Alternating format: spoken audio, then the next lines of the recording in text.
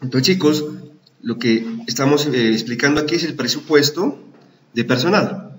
Entonces, para hacer el presupuesto de gastos de personal tenemos que proyectar de acuerdo a la cantidad de cargos que se va a tener el próximo año.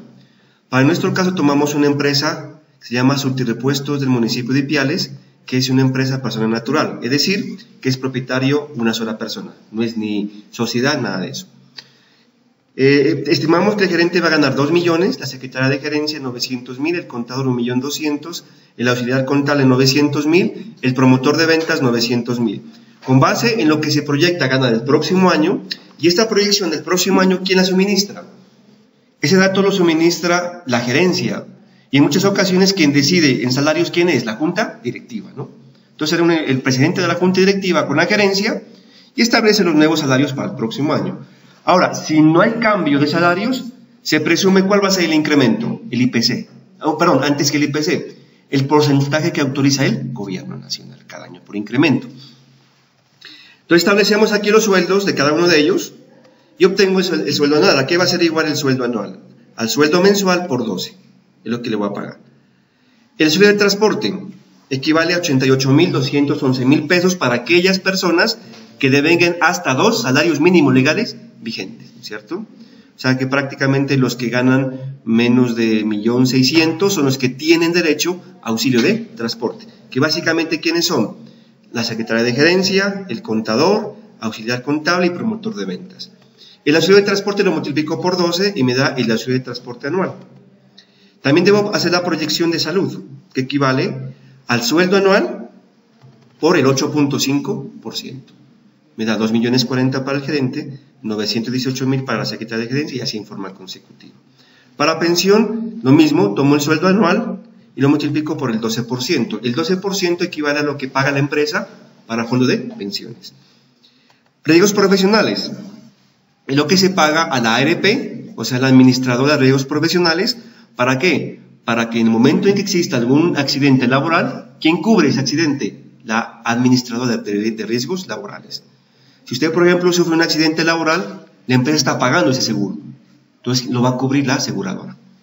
¿Cuánto es el porcentaje que debe cubrir en forma mensual de su nómina? El 0.522 para riesgos mínimos. Entonces, tomo en cuenta el sueldo anual, ¿cierto? Mira, el sueldo anual, y lo multiplico por el 0.522. Y así para todos. Para esto la fórmula. La prima de servicios es un sueldo por cada año trabajado. Para el gerente, el sueldo es 2 millones. Entonces va a tener derecho a una prima. ¿Cómo se paga? La primera en junio, la segunda en diciembre. O sea, la mitad sería 1 millón en junio y el otro millón se lo pagan en diciembre. Las cesantías equivalen también a un sueldo completo por cada año trabajado.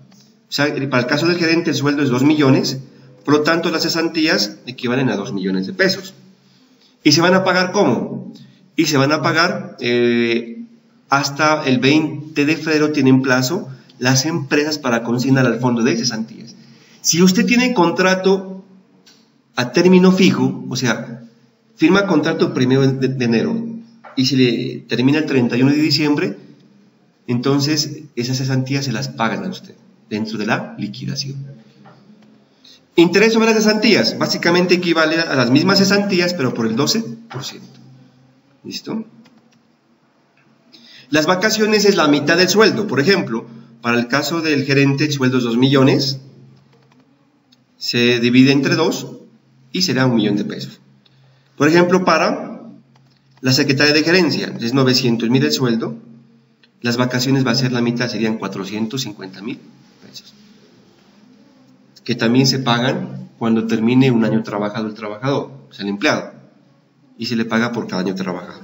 El SENA es el 2% sin auxilio de transporte, o sea, sobre el sueldo anual, sin auxilio de transporte, y se lo multiplica por el 2%. El ICBF es el 3% del sueldo anual sin auxilio de transporte, y el ICBF y el confamiliar el 4%, también el total de vengado menos auxilio de transporte. Sumo todos los factores. ¿Cuáles son los factores que debo sumar? Los factores que debo sumar son el sueldo anual, auxilio de transporte anual, salud, pensión, riesgos, prima de servicios, cesantías, interés sobre las cesantías, vacaciones, SENA, ICBF y confamiliar. Entonces todo esto a una empresa tipo persona natural le cuesta si el gerente gana 2 millones mensuales, a la empresa le costaría con salario, más prestaciones sociales, más aportes patronales, ¿pagar cuánto? 36.445.280 pesos. Sumo todos los factores de cada uno de los trabajadores, el total presupuestado, y sé que mi presupuesto de servicios personales o gastos de personal para el año 2018 asciende a 112.495.733 pesos. ¿Listo?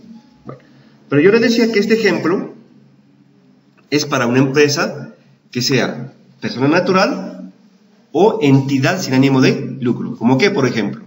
Una fundación, una cooperativa o una asociación.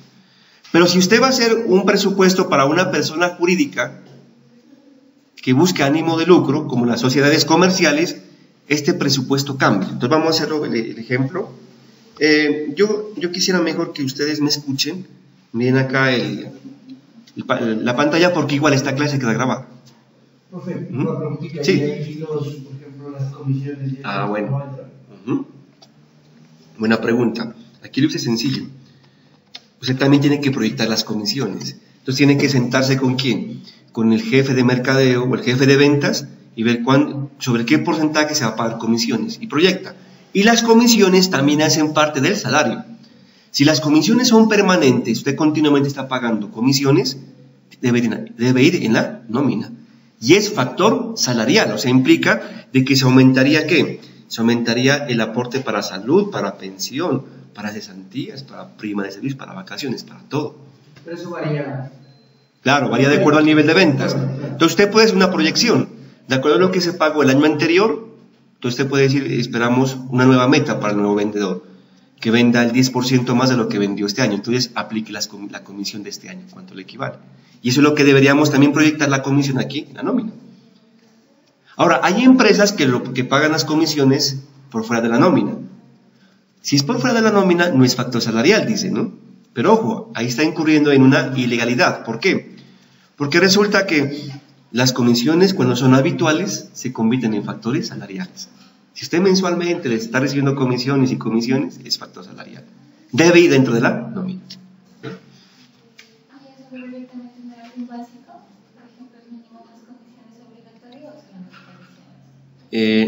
No, porque ahí usted la proyecta. Dice, por ejemplo, que en el año anterior mensualmente se le venía pagando comisiones por cerca de 1.200.000.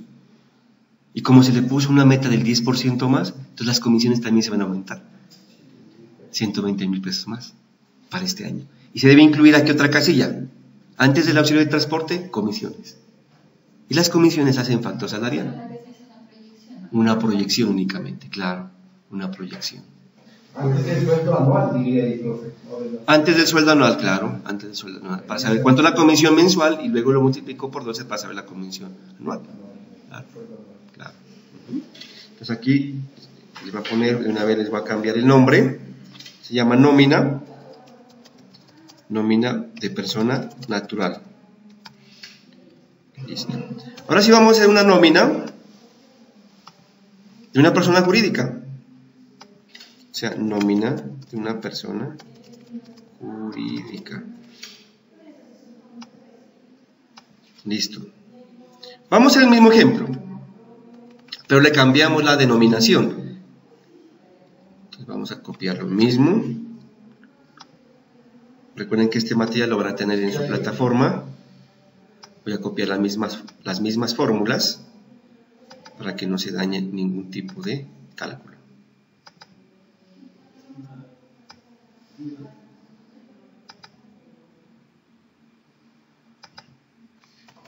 ¿Listo? Si no, 112.495, si era ese, ¿no es cierto? Así, perfecto, bueno, muy bien. Entonces aquí lo voy a ampliar para que miremos mejor. Correcto, muy bien. Me parece perfecto. Listo, aquí aumentémosle. Entonces vamos a hacer la nómina, pero cuando la empresa surtir repuestos, o coloquemos el otro nombre, hablemos Surtiagro Limitada. Cuando hablo limitada, es sociedad comercial. Cuando digo SAS, sociedad anónima simplificada.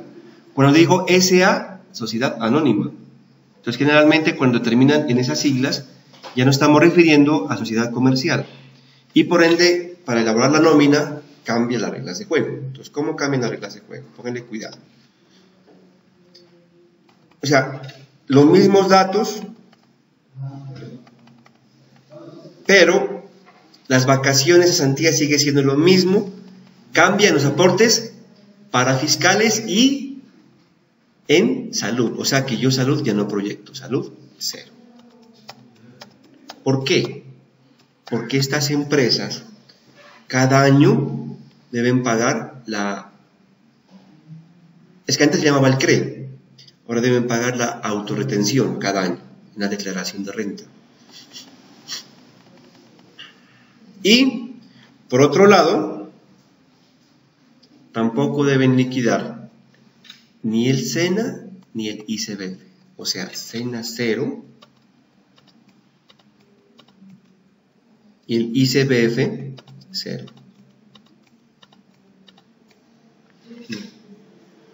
Solamente deben liquidar las personas jurídicas que con familiar, el 4%, nada más.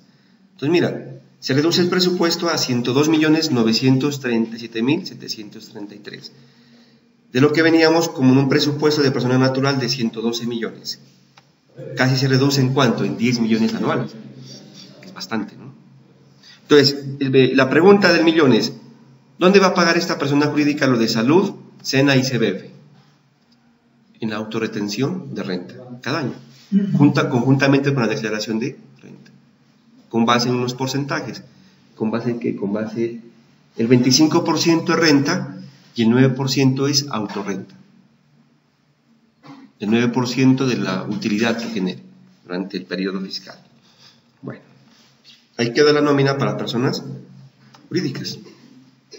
Entonces aquí ya está nombre. Nómina para persona jurídica.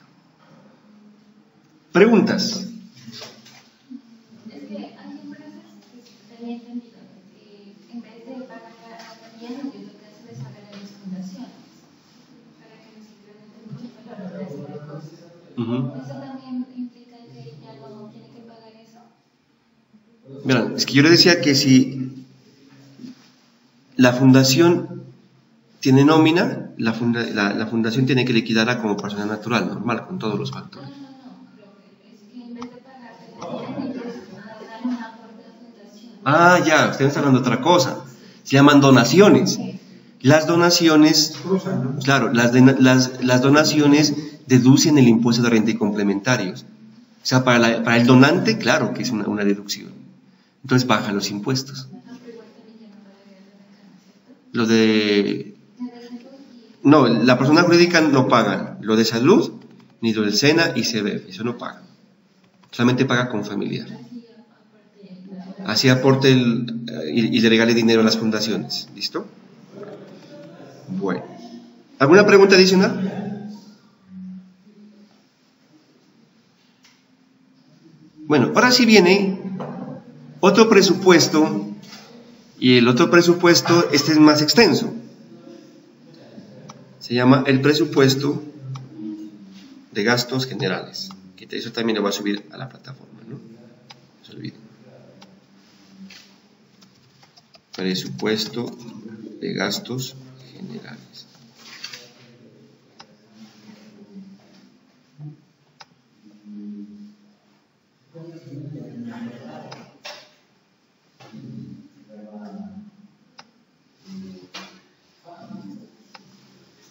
Entonces tenemos como presupuesto de gastos generales, ¿qué es? El presupuesto de gastos generales es la proyección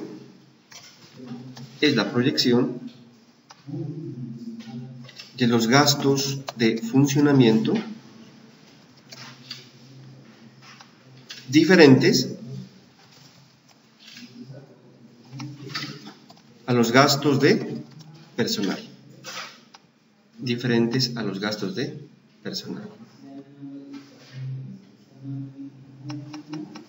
Eso se llama presupuesto de gastos generales.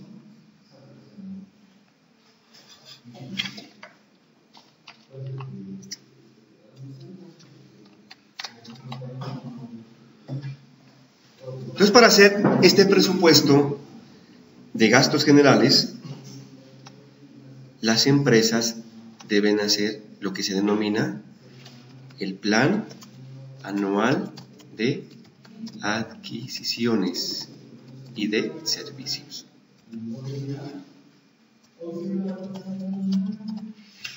Plan anual de adquisiciones y de servicios.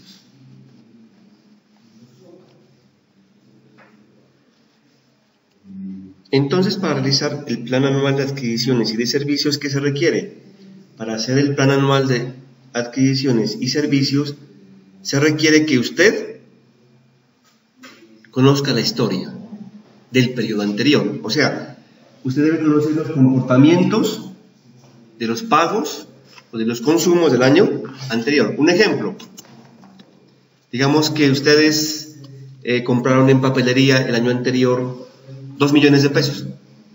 Ese ya es un referente, ¿no es cierto?, para hacer la proyección. Entonces aquí, el plan anual de adquisiciones requiere lo siguiente. Requiere que ustedes hagan primero la proyección. Se le quiere hacer primero la proyección